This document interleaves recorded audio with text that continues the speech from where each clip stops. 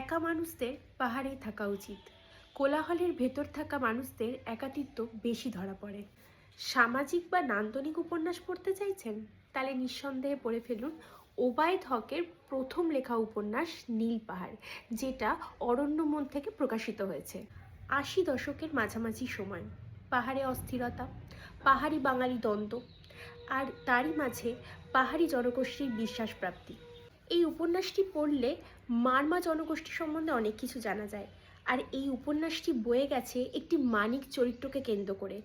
মানিক পেশায় ডাক্তার এবং তার জীবনে নানা টানাপোড়েন, সে অনাথ, তার মায়ের যে অনুপস্থিতি তার জীবনে কতটা গভীর ক্ষত সৃষ্টি করেছে সেটা কিন্তু এই উপন্যাসে বিভিন্ন জায়গায় আমরা পাই।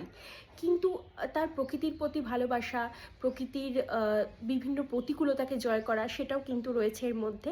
কিন্তু উপন্যাসটা যত এগিয়েছে আমার চরিত্রটা কিছুটা সিনেম্যাটিক বলে মনে হয়েছে, তাই ওয়ান টাইম রিডের জন্য এই বইটা বেস্ট। আর কার এই বইটা পড়ে ভালো লেগেছে তার পাঠ অনুভূতি নিচে কমেন্টে জানান, এবং অবশ্যই আমার চ্যানেলটা লাইক এবং সাবস্ক্রাইব করে দিন। বাই।